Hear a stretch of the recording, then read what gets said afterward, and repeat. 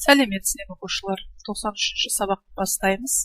Екінші сынып сабағымыздың тақырыбы аспан әлемін зерттеу. Бүгінгі сабақта ғарыш туралы жаңа сөздер білесің, теңеу сөздерді табасың.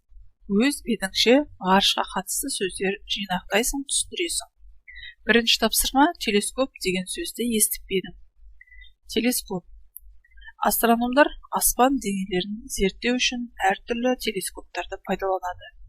Мұның себептері де көп. Мысалы, күнді жақсы зерттейтін телескоп қашық галактикаларды зерттеуге қолайсыз болуы мүмкін. Әдетте, астрономдар нысанның тұр-тұрпатын тура білу үшін екі түрлі телескоп деректерін қолданады. Сондықтан да осындай екі түрлі телескоп астрономдарға ыңғайлы болу үшін бір жерде орнатылады. Бірнеше телескоп орналасатын ғимараттар обсерватория деп аталады. Ғалам энциклопедиясы. Астроном дегеніміз астрономия ғылымының маманы. Телескоп туралы ол сыңар дүрбі, аспан шырақтарын электромагниттік сәуле арқылы арналған астрономиялық құрал.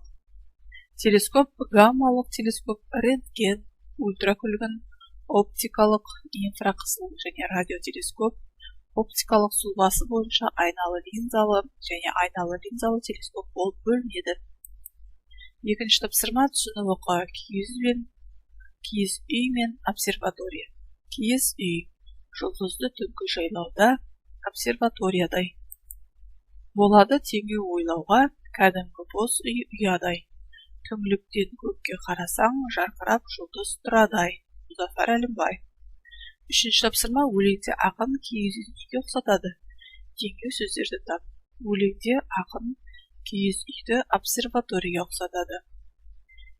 Жұлдызды түнгі жайлауда, обсерваториядай. Теңеу сөздер. Төртінші тапсырма, өлеңді пайдаланып, суреттерді салыстыра, сипаттап айт. Киіз үй, жұлдызды түнгі жайлауда, обсерваториядай. Болады теңеу ойлауға. Кәдімгі боз үй ұядай, түңліктен көкке қарасаң, жарқырап жұлдыз тұрадай.